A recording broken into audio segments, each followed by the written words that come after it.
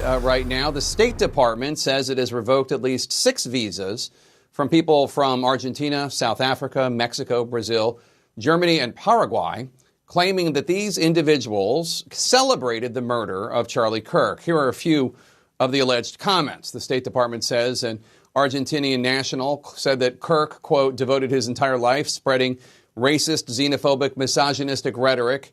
It's hot as F where this man currently is, and it's deserved, unquote. The State Department also says that a Paraguayan national said, quote, Charlie Kirk was a son of a bee, and he died by his own rules, unquote. Connor Fitzpatrick's an attorney at the Foundation for Individual Rights and Expression, a free speech group. Connor, thanks for joining us. So the U.S. State Department also says that it continues to identify visa holders who they say celebrated Kirk's murder. Are you allowed to kick people out of the country for saying offensive things that are covered under free speech? No. And the Supreme Court was clear about this 80 years ago in a case called Bridges versus Wixon, where it held that non-citizens are entitled to freedom of speech. So the idea that the government can just throw everyone out of the country that expresses an opinion they disagree with, it is not only wrong, but it betrays America's commitment to freedom of speech. Are foreign visas predicated in any way on the users not saying anything that could offend people, that it could express delight in murder, that sort of thing? Absolutely not.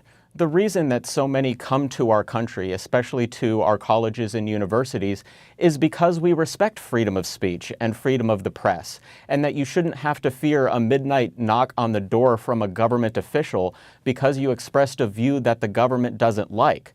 So what this administration is telling non-citizens is very scary. What it's saying is that you better watch what you say, because if the Secretary of State or someone in the Trump administration doesn't like it, we might put you on the next plane out of the United States. And that is no way to respect free speech.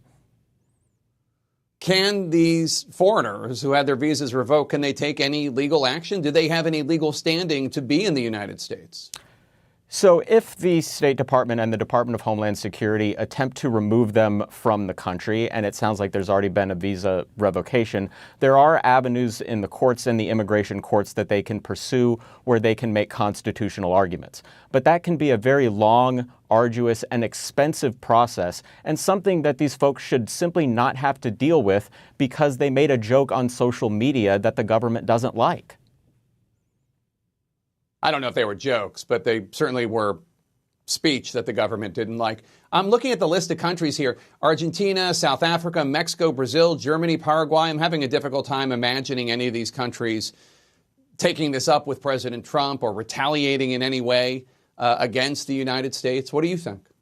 Well, of course, the irony in all of this, Jake, is that the Trump administration early on lectured our European allies like Germany on the issue of free speech and has lectured countries like Sweden and the United Kingdom about how they don't respect free speech.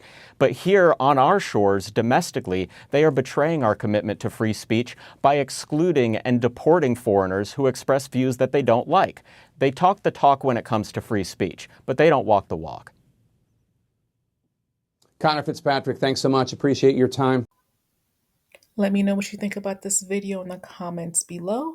And if you're new here, I hope you subscribe for more to come.